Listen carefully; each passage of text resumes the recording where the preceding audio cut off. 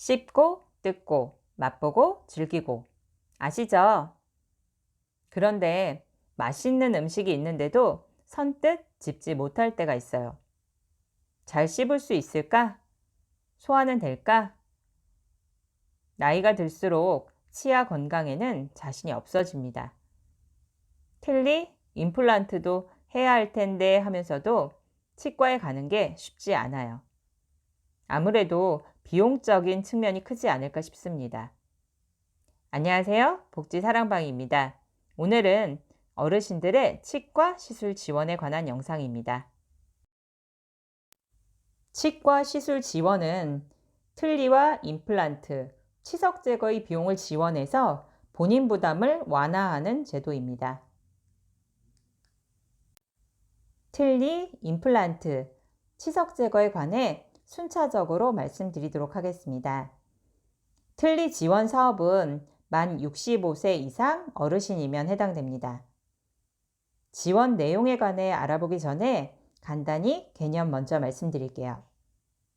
완전 틀니는 전체 틀니라고도 하는데 상악 또는 하악, 즉 위, 아래, 치아가 전혀 없는 상태일 때 하는 틀니예요. 부분 틀니는 말 그대로 상악 또는 하악에 치아가 부분적으로 남아있을 때 하는 틀니고요. 클라스프라는 것은 부분 틀니를 치아에 고정시켜주는 고리 역할을 하는 거예요.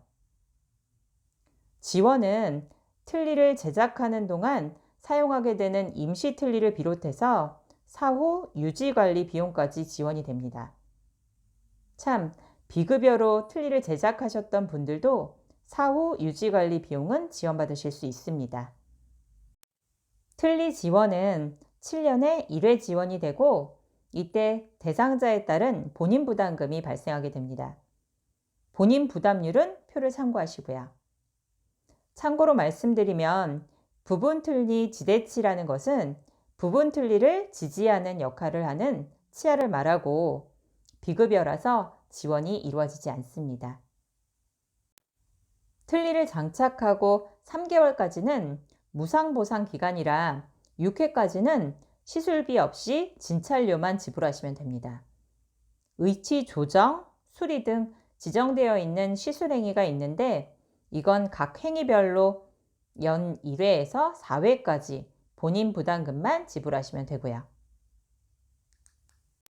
앞전에 1회만 지원이 된다고 말씀드렸는데 추가로 1회 재제작이 가능한 경우가 있어요. 구강 상태가 심하게 변해서 새로운 틀니 제작이 불가피하다는 의학적 소견이 있어야 돼요.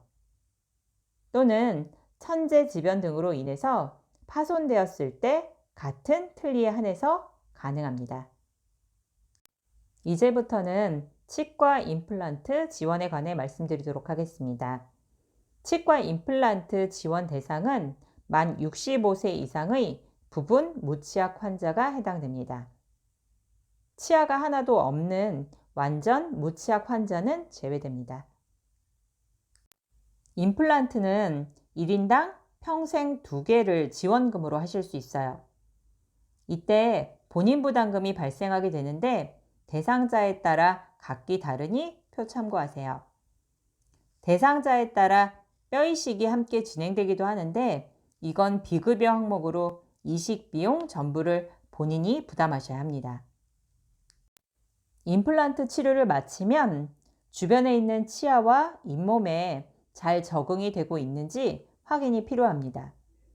보철물 장착 후 3개월 전에는 시술 비용 없이 진찰비만 내시면 되고 3개월이 지난 시점에 임플란트 주위에 치주 질환 등이 생겨서 처치를 시행하게 되는 경우에만 본인 부담금을 지불하시면 됩니다.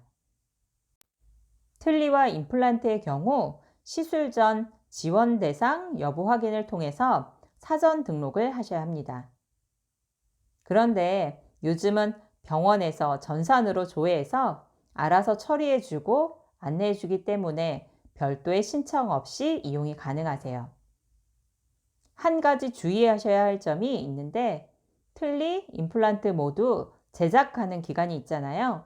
그 기간 동안 병원을 변경하시면 지원이 안 되니 참고하세요. 지금부터는 치석 제거 지원에 관해 말씀드리도록 하겠습니다.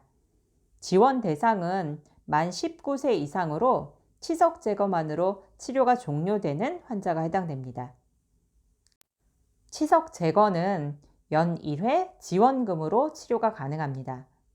혹시 올해 치석 제거를 했는지 안 했는지 기억나지 않으신다면 병원에서도 확인이 가능합니다.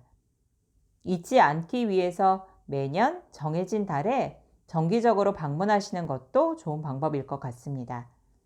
대상자에 따른 본인 부담금은 표를 참고하시면 되세요. 오늘은 치과 시술 지원에 관해 말씀드렸습니다. 복지사랑방이었습니다. 영상 시청해 주셔서 감사합니다. 구독, 좋아요, 알림 설정하셔서 복지 정보를 안내받으시면 좋겠습니다.